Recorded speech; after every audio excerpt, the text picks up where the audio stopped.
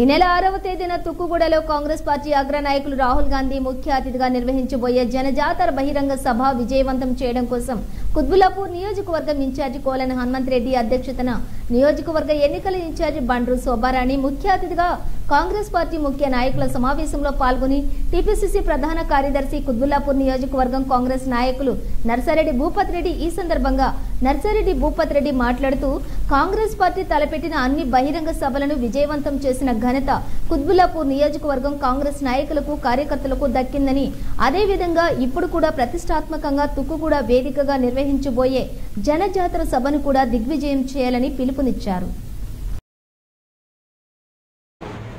తుక్కుగూడలో జరిగేటువంటి మన జనజాతర కార్యక్రమానికి ఏఐసీసీ అధ్యక్షుడు మల్లికార్జున ఖర్గే గారు, మన ప్రియతమ నాయకుడు రాహుల్ గాంధీ గారు, సోనియా గాంధీ గారు, ప్రియాంక గాంధీ గారు ఉన్నారు. అందులో భాగంగా ఈరోజు కుత్బుల్లాపూర్ కాంగ్రెస్ పార్టీ కార్యకర్తల సమావేశం హనుమంతరెడ్డి గారి నాయకత్వంలో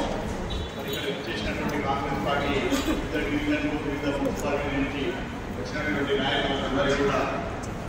నమస్కారం తెలియజేస్తాం. ఇక్కడ 8 డివిజన్లు, 2 మున్సిపాలిటీలో నిజాంపేట మున్సిపల్ కార్పొరేషన్ అంటే మనకి ఇక్కడ ఏ డివిజన్లో ఎంతమంది అవుతారు, ఎంతమంది బస్సులు అవసరం ఉంటాయి, ఇక్కడ ఏది కూడా టీసీలు అన్ని ఓన్లీ వస్తే ఇక్కడ హనుమంతరెడ్డి గారు చెప్పినట్టు సొంత కారు ఉంటే సొంత కారు, లేకపోతే ఇంకేమైనా కారు అవసరం పడుతుంది, కారు అనేది ఇంత ఈజీ కాదు. కాబట్టి బస్సులు అయితే